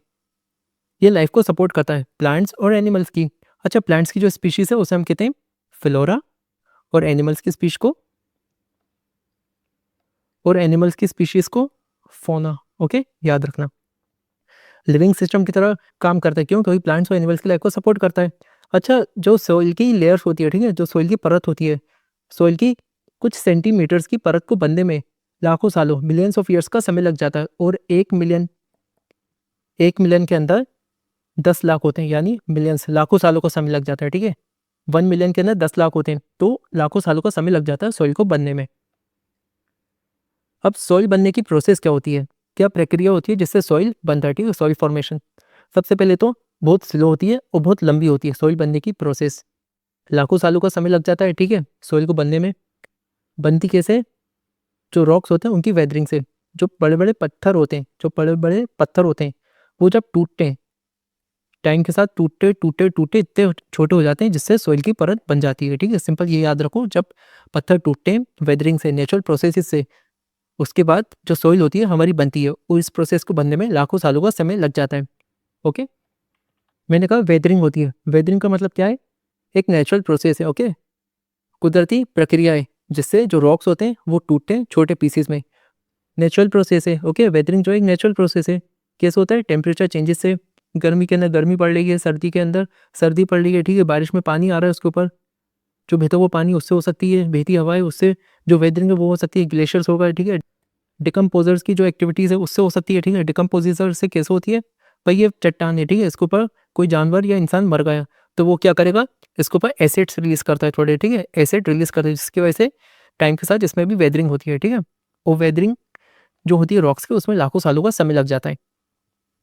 कोई पूछे वेदरिंग क्या होती है, वेदरिंग ऑफ रॉक्स क्या होती है? वेदरिंग का मतलब होता है जो रॉक्स टूटने की प्रक्रिया होती है, नेचुरल प्रोसेस, नेचुरल तरीके की वजह से, जिसमें पानी, हवा, टेम्परेचर चेंजेस ये सब आ जाते हैं। ओके, अब हमने ये तो देख ली सोइल बनने की प्रोसेस क्या होती है। अब हम ये देखते हैं वो क्या फैक्टर्स हैं, वो क्या चीज़ें हैं जो सोइल बनने की जो प्रोसेस होती है उसको अफेक्ट करता है।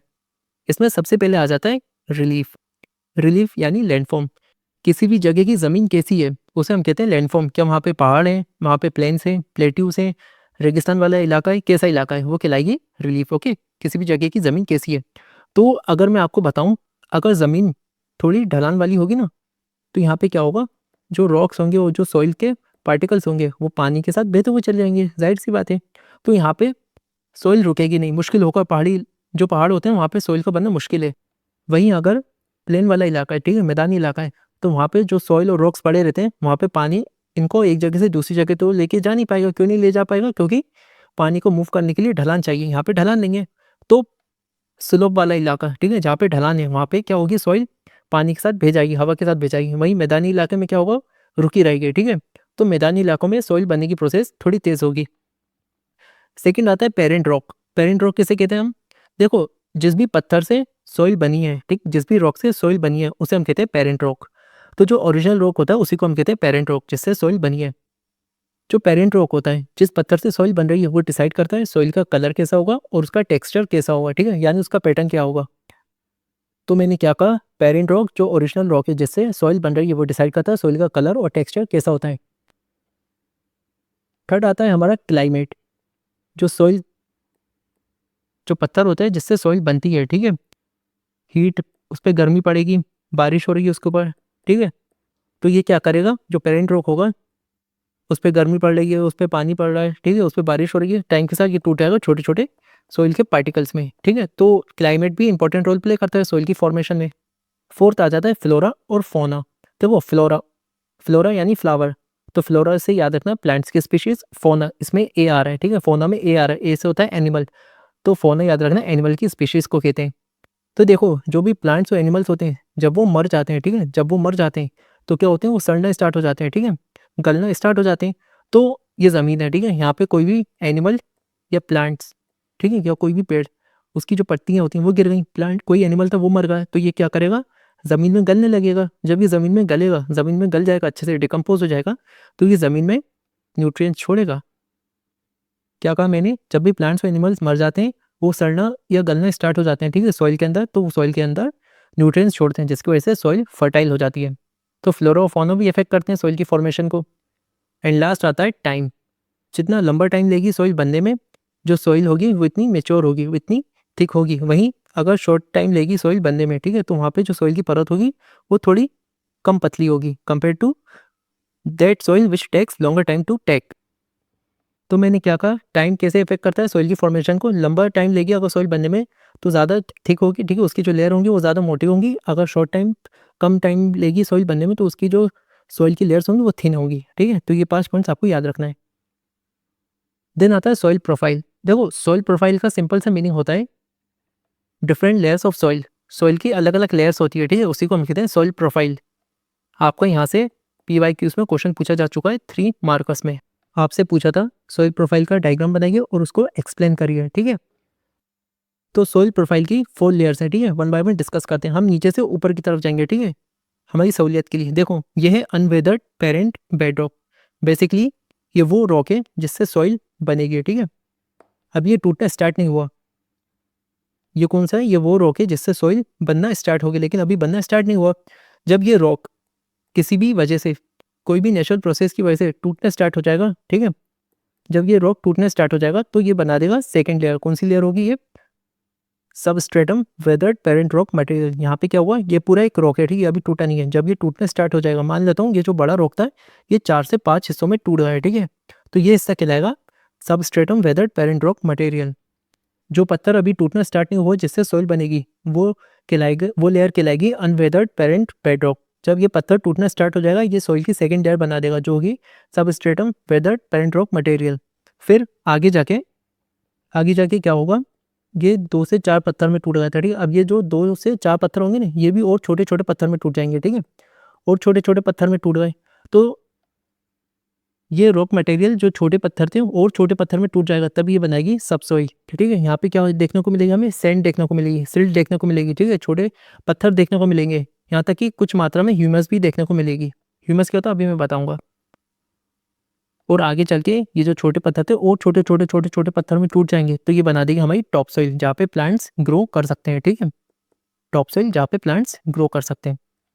तो याद रखना, जब पत्थर टूटना स्टार्ट नहीं हुआ वो लेयर कहलाती है अनवेदर्ड पेरेंट बेडरॉक। जब पत्थर टूटना स्टार्ट हो जाएगा वो कहलाएगी substratum weathered parent rock material. और जब ये छोटे पत्थर और छोटे पत्थर में टूट जाएंगे ये बनाएगी सबसॉइल, और सबसॉइल फर्दर टूटेगी, इरोड होगी, वेदर्ड होगी, वेदरिंग होगी इसकी, तो ये बनाएगी top soil. Okay, top soil क्या होती है, अपर लेयर होती है सॉइल की जहाँ पे प्लांट्स ग्रो करते हैं, ठीक है। टॉप सॉइल क्या होती है, जहाँ पे प्लांट्स ग्रो करते हैं। अच्छा, टॉप सॉइल में हमें ह्यूमस देखने को मिलता है। ह्यूमस क्या होता है, जब प्लांट्स और एनिमल्स, जो प्लांट्स एनिमल्स के रिमेन्स होते हैं, ठीक है, प्लांट्स मर गए या एनिमल मर गए, उनके जो रिमेन्स होते हैं जब वो सड़ जाते हैं, ठीक है, जब वो डिके हो जाते हैं सॉइल में, वो बनाती है ह्यूमस। जिस सॉइल में ह्यूमस की मात्रा ज़्यादा होती है वो सॉइल बहुत फर्टाइल होती है, ये भी याद रखना। और सॉइल के 2 कंपोनेंट्स होते हैं, यानी सॉइल को हम 2 हिस्सों में बांट सकते हैं। पहला था ऑर्गेनिक और दूसरा था इनऑर्गेनिक। सॉइल की जिस लेयर में ह्यूमस देखने को मिलेगी वो ऑर्गेनिक में आता है, और जिस लेयर में ह्यूमस नहीं देखने को मिलेगी वो आता है इनऑर्गेनिक में। तो मैं कह सकता हूँ ये और ये लेयर इनऑर्गेनिक में आती है, और ये टॉप सॉइल और सब सॉइल हमारे ऑर्गेनिक में आते हैं, ठीक है। ऊपर से नीचे की तरफ आएंगे तो टॉप सॉइल, सब soil, substratum weathered parent rock material, और नीचे पेरेंट रॉक, ठीक है। और नीचे से ऊपर की तरफ जाएंगे तो मैंने आपको समझा दिया। मैंने नीचे से ऊपर की तरफ इसलिए बताया ताकि आपको एक आइडिया हो जाए जो सॉइल कैसे बनती है। पहले क्या होगा, बड़ा पत्थर होगा, ठीक है, फर्स्ट लेयर। ये पत्थर 2 या 3 हिस्सों में टूट रहा है, मैं बस बताने के लिए आपको समझा रहा हूँ, ठीक है, बहुत छोटे छोटे पत्थर में टूटता है।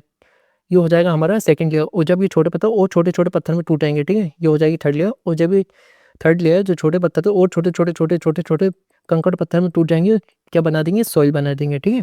तो यही होती है हमारी सॉइल प्रोफाइल। इसको डायग्राम याद रखना और जो मैंने एक्सप्लेन करा वो भी याद रखना। फिर आते हैं हमारे सॉइल के टाइप्स। सॉइल कितने टाइप्स की होती है, सॉइल को कितने टाइप्स में क्लासीफाई करा है, 6 टाइप्स में क्लासीफाई करा है, ठीक है। इंडिया के अंदर भी 6 टाइप की सॉइल देखने को मिलती है। पहली आती है एलिवेल सॉइल।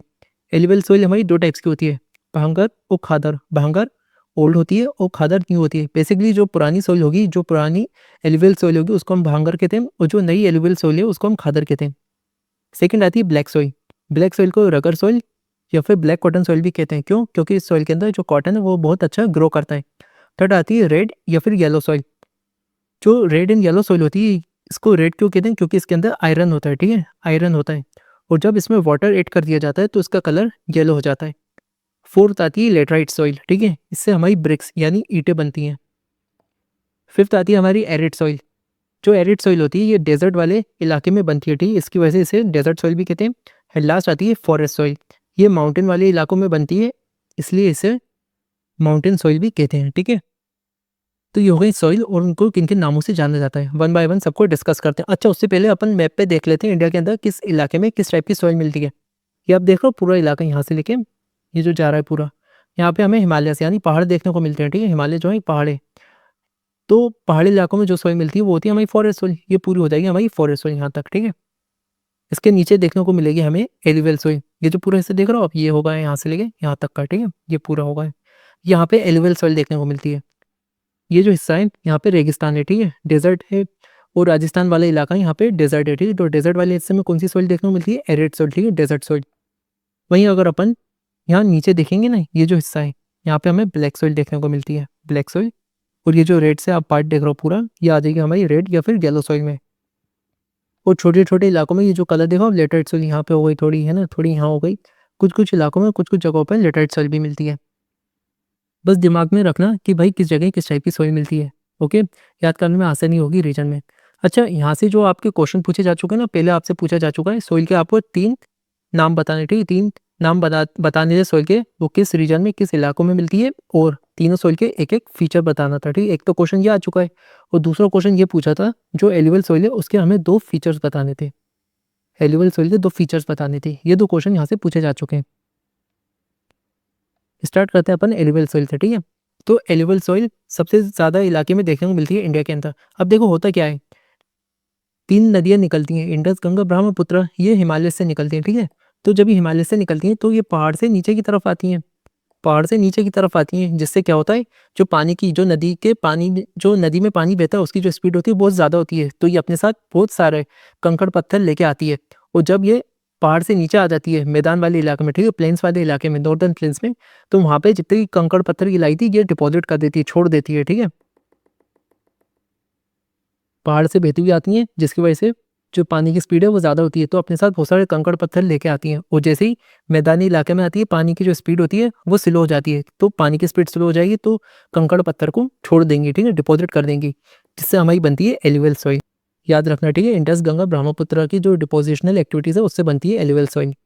किस इलाके में मिलती है हमें, नॉर्दर्न प्लेन्स में, जो ईस्टर्न कोस्टल प्लेन्स है वो गुजरात और राजस्थान वाला इलाका है, वहाँ पे हमें देखने को मिलती है। बहुत फर्टाइल होती है, क्यों, क्योंकि इसके अंदर पोटैश, फॉस्फोरस और लाइम की मात्रा बहुत ज़्यादा होती है। इस सॉइल में जो क्रॉप्स हम ग्रो करते हैं, जो फसल हम उगाते हैं, उसमें आते हैं शुगर केन, गन्ना, पैडी यानी चावल, राइस, वीट, गेहूं और पल्सिल्स, अलग अलग तरह की दालें। 2 टाइप्स की होती है, भांगर और खादर।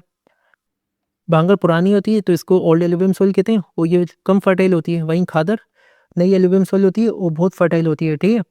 अच्छा, ये जो बांगर होती है ना, ये ऐसे इलाकों में आती है जहाँ पे फ्लड्स, जहाँ पे जो बाढ़ है वो नहीं आती, ठीक है, बाढ़ बहुत कम आती है। और खादर ऐसे इलाकों में मिलती है जहाँ पे जो फ्लड्स होती हैं, जो बाढ़ आती है वो आती रहती है, ठीक है, जो बाढ़ है वो बहुत आती है। तो ऐसा इलाका जहाँ पे बाढ़ आती रहती है वहाँ पे खादर न्यू एलिवियम सॉइल देखने को मिलती है, और जहाँ पे बाढ़ फ्लड्स बहुत कम आती हैं वहाँ पे हमें ओल्ड एलिवियम देखने को मिलती है, ठीक है, ये भी याद रखना। सेकेंड आती है हमारी ब्लैक सॉइल, ठीक है, जिसको हम कॉटन सॉइल या ब्लैक कॉटन सॉइल या रेगर सॉइल भी कहते हैं। किस रॉक से बनती है, जो बेसाल्ट रॉक होता है उससे बनती है, ठीक है, मैंने अभी बताया था रॉक से सॉइल बनती है, उसको हम कहते हैं पेरेंट रॉक, ठीक है। तो जो ब्लैक सॉइल होती है ना वो हमारे बेसाल्ट रॉक से बनती है।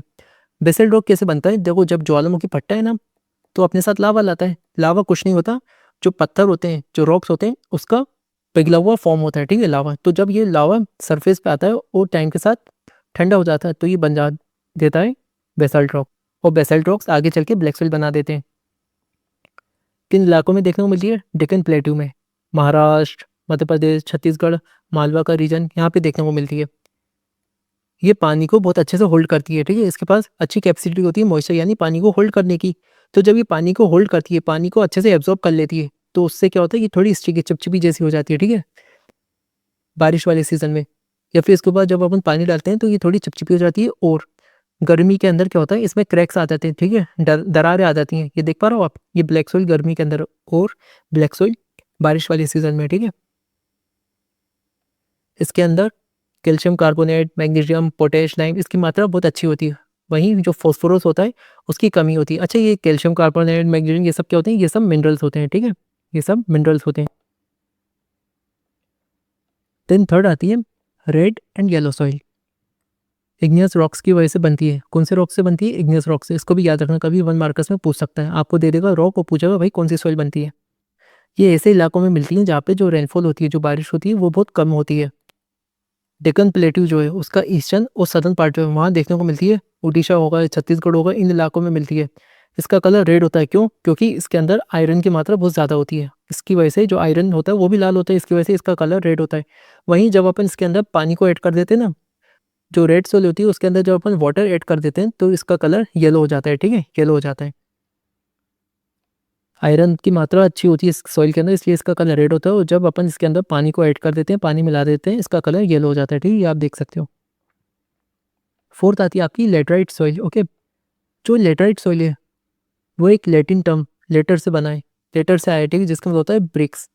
एक लैटिन वर्ड है लेटर, जिसका मतलब होता है ब्रिक्स। ठीक है, तो लेटराइट सॉइल से क्या बनती है? ब्रिक्स, ईंटें बनाने में काम आती है। देखो ये बनती कैसे?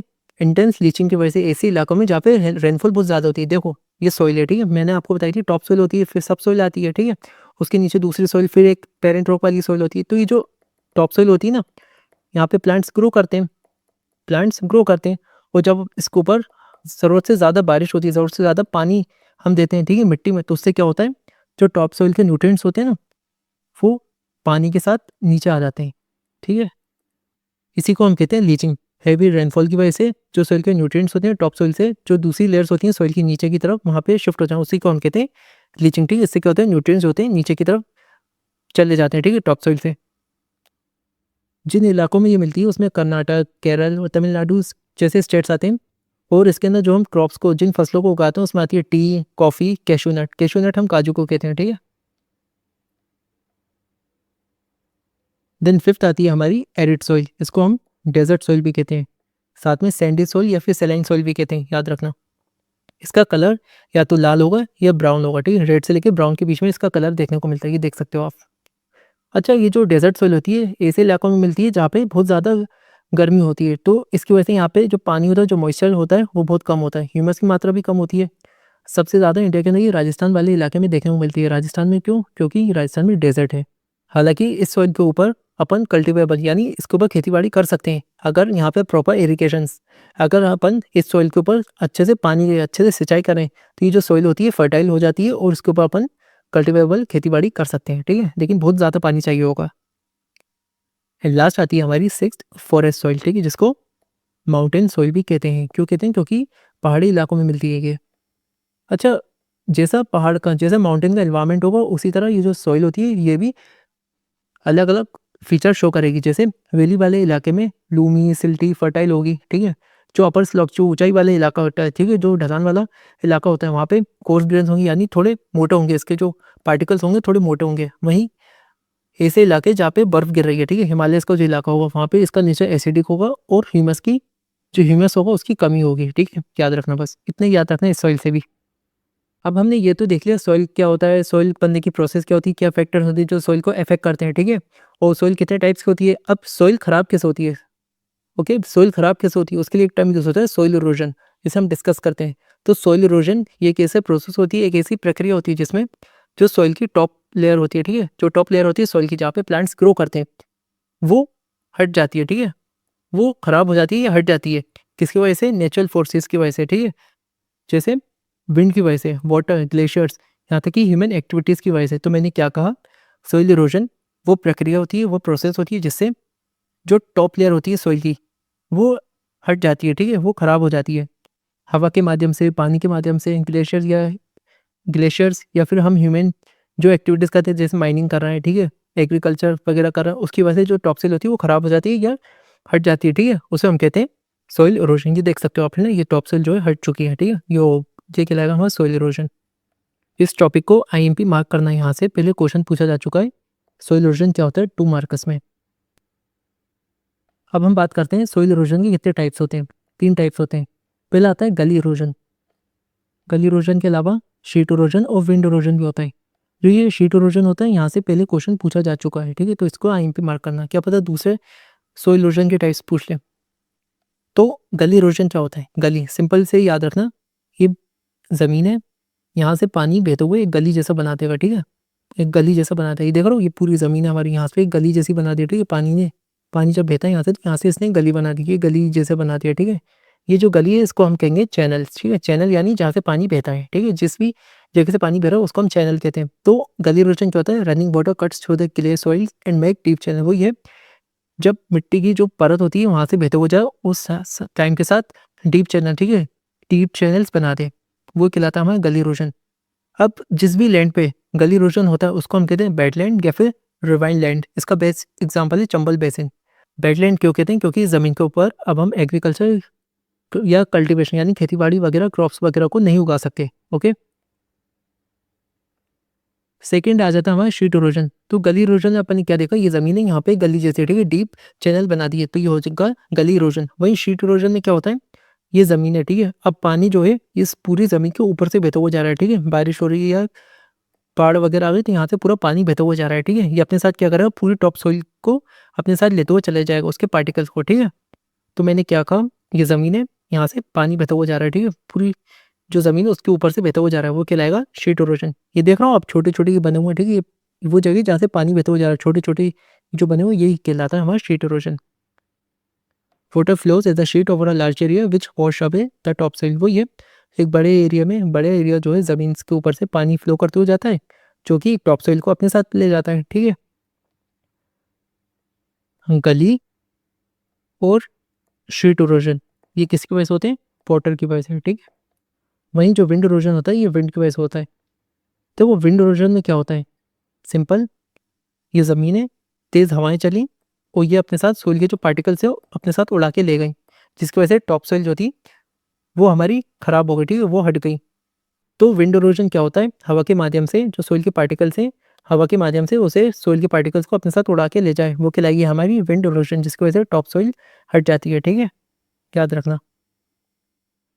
अब सोइल को बचाने के क्या तरीके हैं? इसमें 3 मेथड्स होते हैं, कॉन्टर प्लगिंग, स्ट्रिप क्रॉपिंग और शेल्टर बेल्ट्स। बस इसको समझ लेना क्या रहता है, ठीक है। कॉन्टर प्लगिंग में क्या होता है, देखो पहाड़ होंगे, ठीक है।